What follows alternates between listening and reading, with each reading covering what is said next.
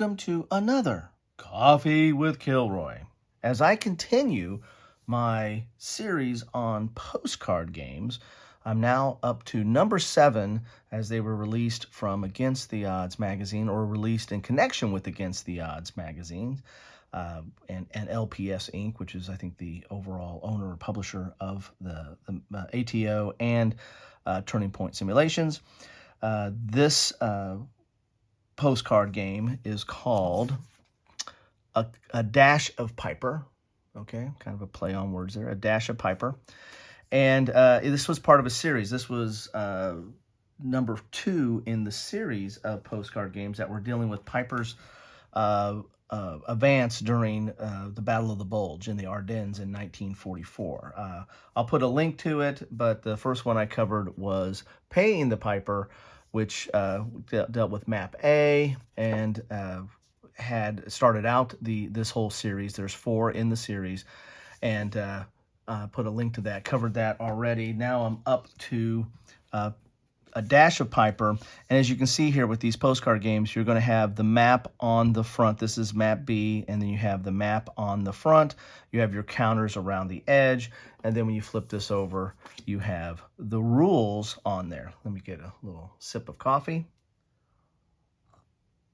and let's go in a little bit closer on this to get a good view of what we're talking about here. So as you can see here, the counters are double-sided. You have 2 columns of rules. The rules are not overly complex. You have all your charts that you need, like your terrain and movement point costs and combat effects, and then a little image there to talk about what everything means on the counter. You have anti-tank factor and an anti-infantry factor, and then some you have a proficiency rating. That's for use for future games. And then I've got some designation there, like what kind of unit it is. So this is a Paul Rohrbaugh game, and consistent with a lot of his games, he uses a standard deck of cards.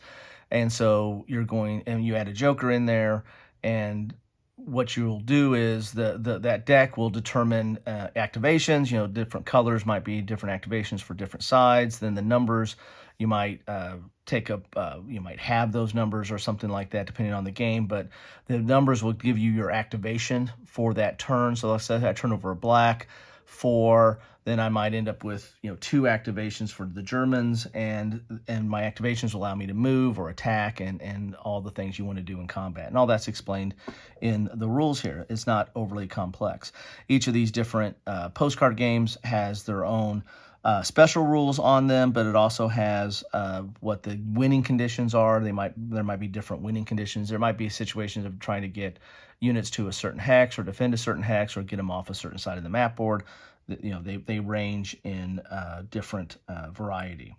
One of the downsides of these games is, the upside is they're very small, compact, and everything's kind of self-contained, except for you got to add a deck of cards. The downside is, if once you set up a game, you're going to have to, you better copy these rules or know these rules, because, once you put the counters on here, you're going to be flipping this over to refer to your rules. And your key charts there as well. The cards, there use no dice. Also, when you flip over a card, you'll flip over a card for combat and take that number and add it to like some terrain effects, and then compare it to like attack values or something like that, and then that will determine what the result of combat is. So this is a Dash of Peiper. So we're continuing on. This is map B. One of the things that is nice about this set is I ended up getting all 4 in the set. It took me a while to get the one I was missing. You can ask for that at ATO. There's a list of all their postcard games, and so when you buy a game or buy a magazine from them that has a game, you can request the postcard you want or any postcard out of that list.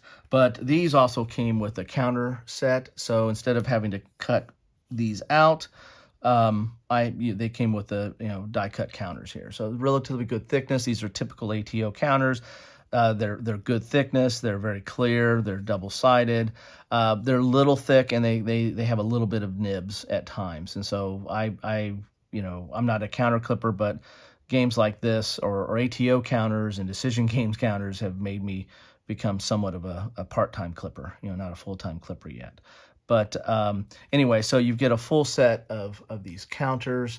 So for all of the 4 games in the series, so not a bad deal there. You know, these are a little bit bigger, about the same size, but a little bit bigger for these hexes. I know some people that play these games or play the postcard games like to blow these up, make a bigger map. Plus, then they can refer to the rules on the backside, and so these counters would work fine for, you know, a little bit bigger footprint there. But they're trying to keep this small and compact.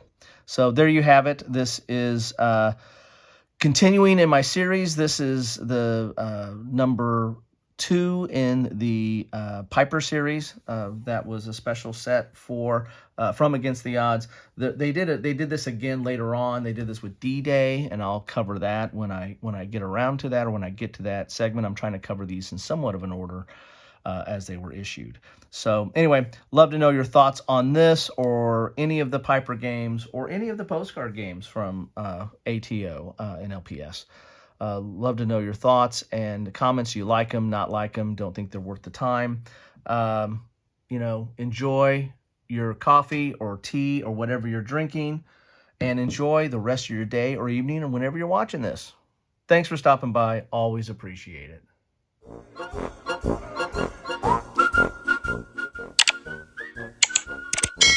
Thanks for watching.